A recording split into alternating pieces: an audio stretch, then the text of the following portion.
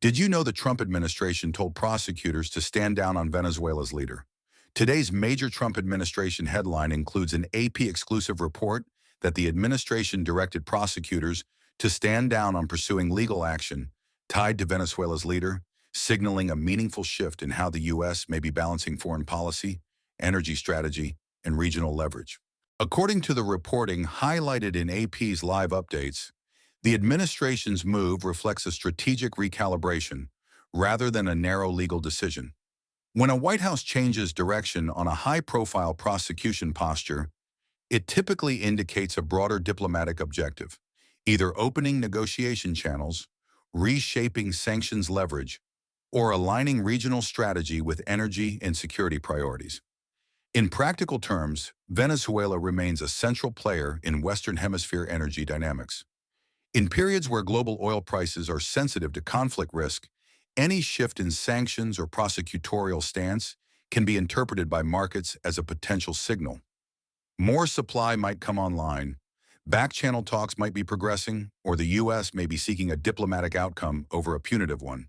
This story lands at a moment when broader Middle East tensions continue to create volatility. Even when U.S. officials insist decisions are not linked to oil prices, markets and foreign governments interpret moves in context. It becomes part of a larger puzzle: how the administration manages supply security while maintaining coercive tools like sanctions and prosecutions. Politically, the decision creates immediate competing narratives. Supporters of the shift argue it may help the U.S. gain cooperation on issues like migration, regional stability, and energy supply. They frame it as pragmatic foreign policy, use legal leverage to obtain political concessions. Critics frame it as undermining accountability, arguing that standing down on prosecution signals weakness and reduces deterrence against authoritarian behavior. They also question whether policy is being shaped by transactional objectives that conflict with democratic principles. Here's what makes this a big story in Trump politics. It ties directly into how Trump has traditionally approached foreign policy. The administration favors leverage, negotiation, and high-pressure bargaining rather than slow institutional diplomacy. That also connects to broader reporting about U.S. diplomacy under Trump being driven increasingly by personal envoys and shifting institutional capacity. When embassies are hollowed out and back-channel diplomacy expands, tactical moves like stand-down instructions can become pivotal tools. But the risk is that policy becomes less predictable. Allies and partners may not know which signals reflect long-term strategy versus short-term bargaining, and uncertainty can reduce trust.